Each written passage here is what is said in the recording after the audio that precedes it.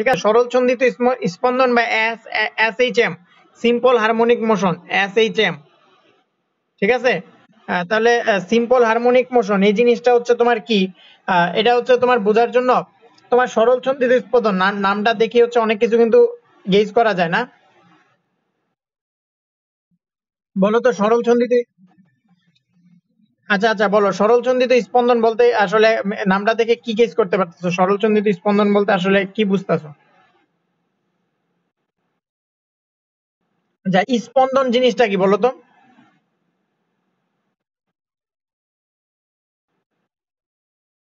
স্পন্দন মানে অনুভব, আন্দাজে কথা বলো কেন? স্পন্দন মানে কি? স্পন্দিত হওয়া। ইস- ইস- স্পন্দিত হওয়া মানে হচ্ছে তোমার এই যে মানে বারবার হচ্ছে তোমার সরল ছন্দিত স্পন্দন মানে হচ্ছে স্পন্দন মানে তোমার একটা ওয়ান কাইন্ড অফ তুমি পর্যায়কালও বলতে পারো। মনে করো এখানে একটা বস্তু আছে, এখানে এখানে মনে করো একটা বস্তু আছে, এই বস্তুটা মনে করো এখানে গেল, যাওয়ার পরে আবার এখানে আসলো, আসার পরে আবার এখানে যায়, আবার এখানে আসলো, মানে এমনি স্পন্দিত হচ্ছে, এমনি যাচ্ছে এমনি আসতেছে, এমনি যাচ্ছে এমনি আসতেছে, তাহলে এটা একটা স্পন্দন। ঠিক আছে, বুঝছো না জিনিসটা? এটা একটা স্পন্দন। অথবা অথবা তুমি বলতে পারো, মনে করো তোমার কাছে একটা স্প্রিং আছে, একটা মনে করো একটা এরকম স্প্রিং আছে, এরকম মনে করো একটা স্প্রিং আছে, ঠিক আছে? তাহলে এই স্প্রিং এর নিচে যদি একটা ভর ঝুলায় দাও, ভর ঝুলায় দাও কি হবে? ভরটা ঝুলায় যদি তুমি ভরটা ঝুলায় যদি তুমি স্প্রিংটাকে যদি একটু টান দাও, কই যাও?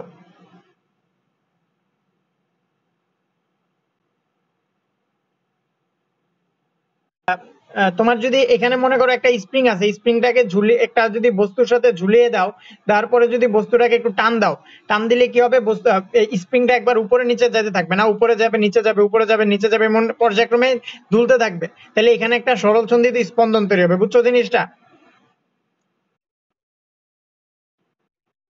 আচ্ছা, তাহলে এই যে এখানে সরলচন্দ্রিত স্পন্দন তৈরি হলে এখানে যদি আমরা একটা স্প্রিং ধ্রুবক, তাই মানে যে যখন স্প্রিং এরকম করব, তখন কি হবে? স্প্রিংটাতে দেখো, স্প্রিংটাতে একটা কাজ হবে কিন্তু, এই যে স্প্রিংটা যখন উপরে নিচে বারবার করতে থাকে, তোমার এখানে একটা হচ্ছে স্প্রিংটা কিন্তু প্রতিনিয়ত আস্তে আস্তে কিছু সংঘর্ষের কারণে বা কিছু ঘর্ষণের কারণে, কিছু বাতাসের বাধার কারণে আস্তে আস্তে স্প্রিংটার উপরে নিচে দোলাটা আস্তে আস্তে কমতে থাকে এবং একসময় এটা আবার শূন্য হয়ে যাবে নাকি? তাহলে এই শূন্য হওয়ার জন্য মনে করো শুরুতে হচ্ছে আমি এফ বলে স্প্রিংটাকে নিচের দিকে টান দিলাম, এফ বলে স্প্রিংটাকে নিচের দিকে টান দেওয়ার কারণে এর এর অবস্থান যদি মনে করো x1 পরিমাণ বৃদ্ধি পায়, মানে হচ্ছে x1 পরিমাণ মনে করো এখানে ছিল এতটুকু আসছে, এটা হচ্ছে x1 x, এই x পরিমাণ যদি অবস্থান বৃদ্ধি পায় এবং স্প্রিং এর নিচে যে ভর আছে, এই ভরটার মান যদি m হয়, ভরটার মান যদি m হয় এবং স্প্রিং ধ্রুবক যদি k হয়, স্প্রিং ধ্রুবক যে এক সময় যে স্প্রিংটা থেমে যাবে, এই স্প্রিং ধ্রুবক যদি k হয়, তখন আমরা লিখতে পারি f সমান মাইনাস কে এক্স। মাইনাস কেন? কারণ হচ্ছে আস্তে আস্তে স্প্রিংটা কি হয়, স্প্রিং এর দোলনটা বা হচ্ছে স্প্রিং এর অবস্থান পরিমাণটা আস্তে আস্তে কমতে থাকে, মাইনাসের দিকে যেতে থাকে, বুঝছো জিনিসটা? আচ্ছা, তাহলে এখানে হচ্ছে তোমার যে পর্যায়কাল, স্প্রিং এ কিন্তু একটা পর্যায়কাল হইতেছে, হচ্ছে না? কারণ স্প্রিংটা একবার উপরে যাচ্ছে, আবার নিচে যাচ্ছে, আবার উপরে, আবার নিচে, উপরে নিচে এরকম করে দুলতাছে, তার মানে এখানে একটা পর্যায়কাল তৈরি হচ্ছে না? তাহলে স্প্রিং ধ্রুবকের এই পর্যায়কালের সূত্র হচ্ছে টি সমান 2 পাই √L/g, টি সমান √L/g, এটা বলতে পারো, টি সমান 2 পাই √L/g। তাহলে স্প্রিং এর যে পর্যায়কাল, এই পর্যায়কালের সূত্রটা কি? টি সমান 2 পাই √L/g। অথবা তুমি বলতে পারো 2 পাই √K/m, K/m না বলে আমরা হচ্ছে L/g বলবো, এই সূত্রটাও খাটে, এই সূত্রটা খাটে পর্যায়কালের, স্প্রিং এর পর্যায়কালের এই দুইটা সূত্র। ঠিক আছে, বুঝছো জিনিসটা? তাহলে এখান থেকে হচ্ছে আমরা দেখতে পারতেছি স্প্রিং এর যে পর্যায়কাল, এখানে হচ্ছে তোমার যে বস্তুটার নিচে যে আমরা একটা ভর মানে হচ্ছে 2 = 2 পাই √L/g, এখান থেকে দেখতেছি হচ্ছে তোমার যে স্প্রিং এর ভরের উপরে কিন্তু হচ্ছে তোমার এটা ডিপেন্ড করতেছে না, স্প্রিং এর নিচে আমি কত ভরের একটা বস্তু ঝুলাইছি এটার উপরে কিন্তু তোমার স্প্রিং এর পর্যায়কাল ডিপেন্ড করে না, করে 2 পাই √L/g। এল হচ্ছে স্প্রিং এর দৈর্ঘ্য, জি হচ্ছে অভিকর্ষ ত্বরণ, আর 2 পাই তো হচ্ছে একটা ধ্রুবক মান। তার মানে যে পর্যায়কাল, পর্যায়কাল হচ্ছে যে স্প্রিং এর নিচে যে একটা ভর ঝুলাইছিলাম ওইটার উপরে ডিপেন্ড করে না, অথবা আমি কি জোরে টান দিব, কি কি বল প্রয়োগ করলে পর্যায়কাল চেঞ্জ হবে নাকি, আমি যদি এখানে 5 নিউটন বলে প্রয়োগ করি আর 20 নিউটন বল প্রয়োগ করি, দুইটা বলই হচ্ছে আমার কি হবে, স্প্রিং এর পর্যায়কালে কোনো ইম্প্যাক্ট ফেলবে না, কারণ হচ্ছে দেখো এখানে বলটা কোনো ডিপেন্ড করতেছে না। স্প্রিং যে পর্যায়ক্রমে বলের কোনো ইয়া নাই, সূত্রটার দিকে যদি দেখো 2π√L/g, এখানে কোনো বলের টার্ম নাই, তার মানে স্প্রিং ধ্রুবকের মানটা বলের উপরে ডিপেন্ড করে না। বুঝছো জিনিসটা?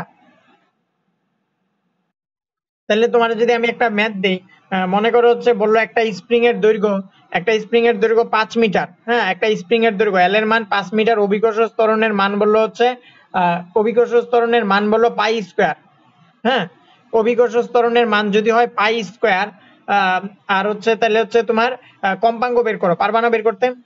এই স্প্রিং এর কম্পাঙ্ক বের করো, পারবা বের করতে? কিসের কঠিন আছে বলো, বের করো। কি করবা? এল এর মান দেওয়া আছে, জি এর মান বলছে পাই স্কোয়ার, তাহলে পাই স্কোয়ার মানে কত? 3.1416 হোল স্কোয়ার।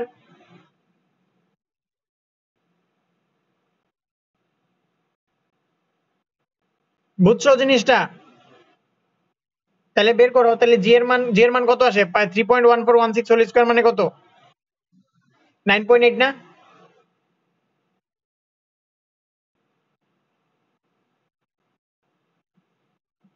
ঠিক আছে, কণাগুলো তার অবস্থানের পরিবর্তন করে না। 3 নাম্বার বৈশিষ্ট্য হচ্ছে কি, তরঙ্গের ভেতর দিয়ে শক্তি এক স্থান থেকে অন্য স্থানে যেতে পারে। তরঙ্গের ভেতর দিয়ে যে শব্দ কিন্তু এক প্রকার শক্তি, আমরা জানি না? তাহলে শব্দ এক প্রকার শক্তি এবং হচ্ছে কি তরঙ্গের ভেতর দিয়ে এক স্থান থেকে অন্য স্থানে যেতে পারে। ঠিক আছে, আচ্ছা, এই শব্দ দিয়ে কিন্তু অনেক কিছু পরিষ্কার করা যায়, জানো? শব্দ শক্তি ইউজ করে অনেক কিছু পরিষ্কার করা যায়। তোমার শব্দ শক্তি দিয়ে কানের পর্দা ফাটিয়ে ফেলা যাবে। তোমার হচ্ছে তারপরে শব্দ শক্তি বিভিন্ন কাজে ব্যবহার করা হয়। তুমি একটা অ্যাপস বের হয়েছিল এক সময়, শব্দ শক্তি ইউজ করে তোমার হচ্ছে ওই মশা তাড়াতে ব্যবহার করা হবে। অর্থাৎ হচ্ছে প্রত্যেকটা মানুষের কিন্তু প্রত্যেকের একটা নির্দিষ্ট সীমা আছে শব্দ শোনার, মানে এক একটা মানে যে বেশি শব্দ হলে এটা কানের দিকে আমার হচ্ছে অস্বস্তি তৈরি করবে, আমরা হচ্ছে ওই শব্দ শুনতে চেষ্টা করব না। ঠিক আছে, এই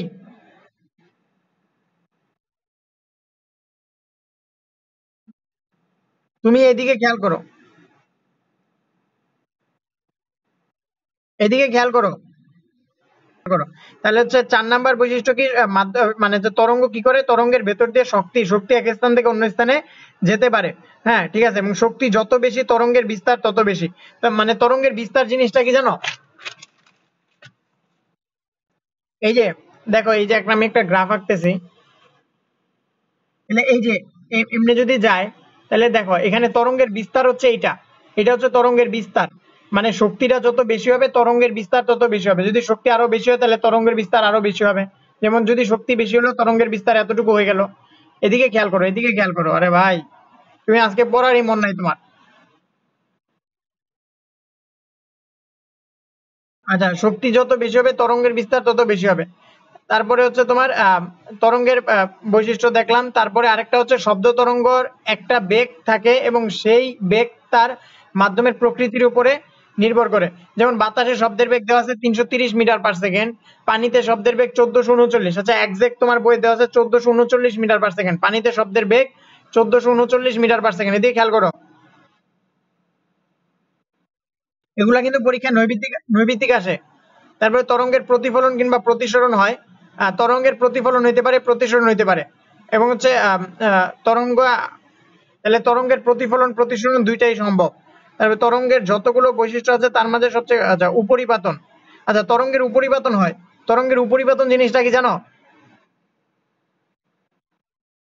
উপরিপাতন জিনিসটা হচ্ছে, মনে করো এখানে একটা তরঙ্গ যাচ্ছে এমনি, হ্যাঁ, এমনি একটা তরঙ্গ সামনের দিকে যাচ্ছে, এই তরঙ্গটার উপর যদি আরেকটা তরঙ্গ সমানভাবে হয় তখন তরঙ্গের উপরিপাতনের ফলে ডাবল হয়ে যাবে তরঙ্গটা। ঠিক আছে, আর যদি তরঙ্গটা বিপরীত দিকে যায়, এমনি যায়, তখন হচ্ছে তরঙ্গ এটা একেবারে সমান হয়ে যাবে। যেহেতু বিপরীত দিকে তার মানে এই দুইটা ব্যালেন্স করে এরকম সমান হয়ে যাবে। বুঝছো জিনিসটা? তাহলে তরঙ্গের উপরিপাতন সম্ভব। আচ্ছা, তরঙ্গের প্রকারভেদ তো আমরা দেখলাম, তরঙ্গ দুই প্রকার, শব্দ অনুদৈর্ঘ্য তরঙ্গ, অনুপ্রস্থ তরঙ্গ, এগুলো নিয়ে বললাম। এরপর তরঙ্গ সংশ্লিষ্ট রাশি, এগুলা বলছি না, বেগ, কম্পাঙ্ক, পর্যায়কাল, এই জিনিসগুলো নিয়ে দশা, পার্থক্য, এগুলো সব বলছি, এগুলো নিয়ে ম্যাথ করছি। শব্দ তরঙ্গ নিয়ে আলোচনা করা হয়েছে। তারপরে আছে হচ্ছে তোমার তরঙ্গ রিলেটেড ম্যাথ করে ফেলছি। প্রতিধ্বনি লাস্ট টপিকস হচ্ছে মনে প্রতিধ্বনি। তাহলে প্রতিধ্বনি জিনিসটা কি এটা বলছি না? প্রতিধ্বনি কি শব্দ কোথাও যে বাড়ি খেয়ে যদি আবার তার আগের অবস্থানে ফিরে আসে তাহলে ওখানে একটা শব্দের প্রতিধ্বনি তৈরি হয় না? আচ্ছা, তাহলে এই যে দেখো তোমার এখানে দেয়া দিছে বাতাসের শব্দের বেগ 334 মিটার পার সেকেন্ড। বাতাসের শব্দের বেগ 334 মিটার পার সেকেন্ড। পানিতে শব্দের বেগ একটু আগে লিখছি 1439 মিটার পার সেকেন্ড। আর বায়ুতে মানে কঠিনে শব্দের বেগ 5130 মিটার পার সেকেন্ড।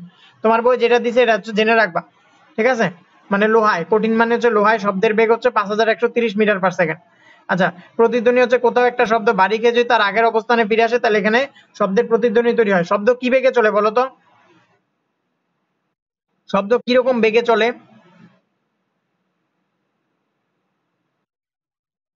সব ধর্মিয়া শব্দ হচ্ছে সুষম বেগে চলে। আচ্ছা, শব্দ হচ্ছে তোমার সুষম বেগে চলে। তাহলে হচ্ছে শব্দ সুষম বেগে চললে মনে করো আমরা তো মনে করো হচ্ছে শব্দের প্রতিধ্বনি জানি, ঠিক আছে? আমরা হচ্ছে তোমার শব্দের প্রতিধ্বনি ব্যবহার করে হচ্ছে আমরা কোনো একটা দূরত্বই নির্ণয় করতে পারি। আমাদের শ্রাব্যতার সীমা কত জানো? 20 থেকে 20,000 হার্জ। 20 থেকে 20,000 হার্জ। এই হার্জের এই কম্পাঙ্কের ভিতরে যদি কোনো শব্দ হয় তাহলে এই কম্পাঙ্কটা আমরা শুনতে পাবো, অন্যথায় সেই শব্দটা আমরা শুনতে পাবো না, ঠিক আছে? এটা হচ্ছে আমাদের শ্রাব্যতার সীমা, ঠিক আছে? এটা হচ্ছে আমাদের শ্রাব্যতা সীমা। আর আমাদের হচ্ছে স্মৃতিশক্তি বা মেমোরি হচ্ছে 0.1 সেকেন্ড। 0.1 সেকেন্ড পর্যন্ত কোনো একটা কিছু আমাদের মেমোরিতে জমা হয়ে থাকতে পারে। ওই 0.1 সেকেন্ডের ভিতরে যদি একাধিক কাজ হয় তখন হচ্ছে আমরা কেবলমাত্র একটা কাজই দেখবো, একের অধিক কাজ দেখবো না। তাহলে হচ্ছে এই যে এইটা দিয়ে আমাদের শ্রাব্যতার সীমা হচ্ছে এবং ইয়া দিয়ে হচ্ছে আমরা কম্পাঙ্ক শব্দে মানে হচ্ছে একটা রুমে প্রতিধ্বনি শোনা যাবে কিনা ওটা হচ্ছে আমরা পরীক্ষা করতে পারি, বা মানুষ প্রতিধ্বনি শুনতে পাবে কোন ধরনের রুমে। তাহলে মানুষ আসলে আমরা সাধারণ রুমে কেন প্রতিধ্বনি শুনতে পাই না, বড় রুমে কেন প্রতিধ্বনি শুনতে পাই, ওটা হচ্ছে এখানে ব্যাখ্যা করা যাবে। কিভাবে আমরা জানি হচ্ছে S equals to BT, এটা জানি S equals to BT। এখন মনে করো এখানে এখানে একটা রুম আছে, এরকম একটা রুম আছে, হ্যাঁ? এই রুমের এখানে তুমি দাঁড়ায় আছো, মনে করো এই রুমের এখানে তুমি দাঁড়ায় আছো। তাহলে এখান থেকে হচ্ছে তুমি যদি একটা শব্দ করো, শব্দটা এখানে যাবে, যাওয়ার পরে আবার বাড়ি খেয়ে যদি আবার এখানে আসে তাহলে তুমি শব্দের প্রতিধ্বনি শুনতে পাবো, অন্যথা শব্দের প্রতিধ্বনি শুনতে পাবে না। এবং হচ্ছে এই কাজটা সম্পূর্ণ হইতে তোমার 0.1 সেকেন্ডের ভিতরে হওয়ানো যাবে না। 0.1 সেকেন্ডের ভিতরে যদি এই কাজটা সম্পূর্ণ হয়ে যায় তাহলে তুমি শব্দটা শুনতে পাবা না, অন্যথায় শব্দটা শুনতে পাবা। তাহলে হচ্ছে আমরা জানি শব্দের বেগ, বায়ুতে শব্দের বেগ 334 মিটার পার সেকেন্ড। তাহলে 334 মিটার পার সেকেন্ড যদি হয় তাহলে আমরা জানি হচ্ছে S equals to VT। তার মানে S equals to VT, এখানে তো শব্দটা একবার যাবে তারপরে আবার আসবে, তাহলে টোটাল কি হয়? টোটাল হইতেছে কত? VT প্লাস VT এরকম, বা 2VT হইতেছে, বা হচ্ছে V equals to বা T টাইমটা যদি আমরা বের করি কত টাইমের ভেতরে হচ্ছে, না টাইম তো জানি হচ্ছে 0.1 সেকেন্ড। তাহলে হচ্ছে আমাদের শব্দের বেগও জানি। তাহলে এখানে আসলে অ্যাকচুয়াল কি হইতেছে, মানে 2s পরিমাণ দূরত্ব অতিক্রম করতে হইতেছে না? দেখো এখানে একবার s পরিমাণ শব্দটা যাবে তারপর হচ্ছে আবার আসবে, তার মানে 2s পরিমাণ দূরত্ব অতিক্রম করতে হচ্ছে, ঠিক আছে না? তাহলে 2s পরিমাণ দূরত্ব অতিক্রম করতে হলে 2s ইকুয়ালস টু আমরা লিখবো VT। তাহলে s equals to VT by 2, s equals to VT by 2। এটা দিয়ে হচ্ছে আমরা মানে হচ্ছে একটা শব্দের বেগটা বের করতে পারবো। আচ্ছা, মানে হচ্ছে একটা রুমের দূরত্ব কিরকম হওয়া দরকার। তাহলে v এর মান জানি হচ্ছে কত? v এর মান জানি 334, আর টাইমটা জানি কত? 0.1 সেকেন্ড। 0.1 সেকেন্ডের কমে যদি কোনো শব্দ, ওই শব্দটা তো আমরা শুনতে পাবো না। আর হচ্ছে ভাগ 2, তাহলে 334 যদি ভাগ করি 0.1 দ্বারা যদি গুণ করি তাহলে এখানে পাই হচ্ছে আমি 33.4 ভাগ 2। তার মানে এখানে আসতে আসতে হচ্ছে 16.2, অর্থাৎ 16.2 মিটার। 16.2 মিটারের কোনো রুম হইলে, দৈর্ঘ্য যদি 16.2 মিটারের কোনো রুম হয় তাহলে হচ্ছে ওই শব্দটা আমরা শুনতে পাবো, অন্যথায় আমরা কোনো শব্দ শুনতে পাবো না। বুঝছো জিনিসটা? আচ্ছা, শব্দের বেগের পার্থক্য। আচ্ছা, এখানে একটা দেয়া আছে ভি সমানুপাতিক রুট ওভার টি। ভি সমানুপাতিক রুট ওভার টি অর্থাৎ হচ্ছে শব্দের বেগ তাপমাত্রার বর্গের সমানুপাতিক, অর্থাৎ হচ্ছে শব্দের বেগটা যে বাড়বে এটা তাপমাত্রার বর্গের সমানুপাতিক হারে বৃদ্ধি পাবে। বুঝছো? আচ্ছা, শব্দের বেগ তাপমাত্রার বর্গের সমানুপাতিক। আচ্ছা, ত্রিমাত্রিক সিসমিক সার্ভে ব্যবহার করে হচ্ছে এখানে সুরযুক্ত শব্দ। আচ্ছা, এই যে এখানে ত্রিমাত্রিক সিসমিক সার্ভে ব্যবহার করে কোনো কিছুর গভীরতা নির্ণয় করা যায়। এই যে একটা চিত্র দেখাইছে তোমার বইয়ে, এটা দেখে নিবা। মানে হচ্ছে তোমার ওই শব্দের প্রতিধ্বনি ইউজ করে হচ্ছে কোনো কিছুর গভীরতা ব্যবহার করতে পারে। এবার আল্ট্রাসাউন্ড ক্লিনার মানে আল্ট্রাসাউন্ড মানে হচ্ছে উচ্চ শব্দ ব্যবহার করে অনেক কিছু হচ্ছে তোমার নিখুঁতভাবে নিখুঁততা নির্ণয় করা যায়। বেশি শব্দ করে ওখানে হচ্ছে কোনো ফাটল আছে কিনা ওটা হচ্ছে বোঝা যায়। শব্দের মাধ্যমে হচ্ছে কোনো ফাটল আছে কিনা ওটা নির্ণয় করা যায়। তারপর শব্দের মাধ্যমে কোথাও দূরত্ব পরিমাপ করা যায়। তাহলে শব্দ আছে দুই ধরনের, একটা আছে হচ্ছে সুরযুক্ত শব্দ, আর একটা আছে স্বরযুক্ত শব্দ। ঠিক আছে, সুরযুক্ত শব্দ কোনগুলা বলতো? যে শব্দগুলো শুনলে আমাদের কানে শ্রুতিমধুর লাগে, ঠিক আছে, বাদ্যযন্ত্রের শব্দ, এগুলো হচ্ছে তোমার আহ সুরযুক্ত শব্দ। সুরযুক্ত শব্দ। আচ্ছা, শব্দের তীব্রতা জিনিসটা কি? তীব্রতা জিনিসটা বলতে পারো? হ্যালো। হ্যাঁ, শব্দের তীব্রতা হচ্ছে একক ক্ষেত্রফলের মধ্য দিয়ে। মনে করো এই- এই যে দেখো, মনে করো এটা একটা একক ক্ষেত্রফল, তাহলে একক ক্ষেত্রফলের মধ্য দিয়ে যে পরিমাণ শক্তি পাস হয় তাকেই তার শব্দের তীব্রতা বলা হয়। বুঝছো জিনিসটা?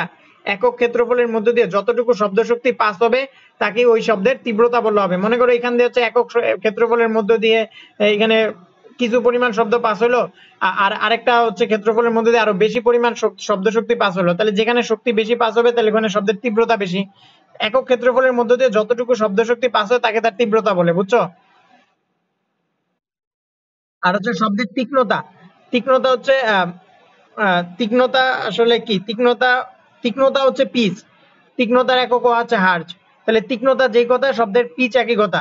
সুরযুক্ত শব্দের যে বৈশিষ্ট্য, একই তীব্রকার শব্দকে কখনো মোটা কখনো শোনা যায় তীক্ষ্ণ। আচ্ছা, মানে হচ্ছে তীক্ষ্ণতা মানে হচ্ছে তোমার কি মানে শব্দটা হচ্ছে কতটুকু, মানে হচ্ছে প্রতি সেকেন্ডে শব্দটা কতটা কম্পন তৈরি করতেছে। প্রতি সেকেন্ডে আমি যে কথাটা বলতেছি আমার কথাটাও কিন্তু কম্পনের ফলে শব্দ তৈরি হয়। এবং আমার গলায় ভোকাল কোর্ড আছে, এই ভোকাল কোর্ড কি কাঁপে। তুমি যদি তোমার গলা, তুমি কথা বলার সময় তোমার গলা ধরো, তাহলে দেখবা হচ্ছে তোমার গলা কাঁপতেছে। তার মানে তোমার গলা কাঁপার মাধ্যমে হচ্ছে কম্পনের মাধ্যমে শব্দ তৈরি করতেছে। এটা হচ্ছে তোমার টিনের যদি থাকে, প্লেট থাকে, তাহলে টিনের প্লেটে কলম দিয়ে আঘাত করলে দেখবে ওটা কম্পনের মাধ্যমে শব্দ তৈরি হয়। ঠিক আছে, তাহলে এই তীক্ষ্ণতা মানে প্রতি সেকেন্ডে যতগুলা পূর্ণ কম্পন সম্পূর্ণ হয় ওটাই হচ্ছে তার তীক্ষ্ণতা। ঠিক আছে।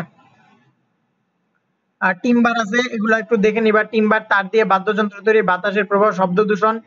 শেষ, চ্যাপ্টার শেষ। ঠিক আছে রাজীব। হ্যালো। হ্যাঁ, তোমার হচ্ছে আমি তাহলে এই চ্যাপ্টারটা মোটামুটি শেষ করে দিলাম। এই চ্যাপ্টার থেকে তুমি হচ্ছে 40টা ছোট প্রশ্ন বানাবা। ঠিক আছে।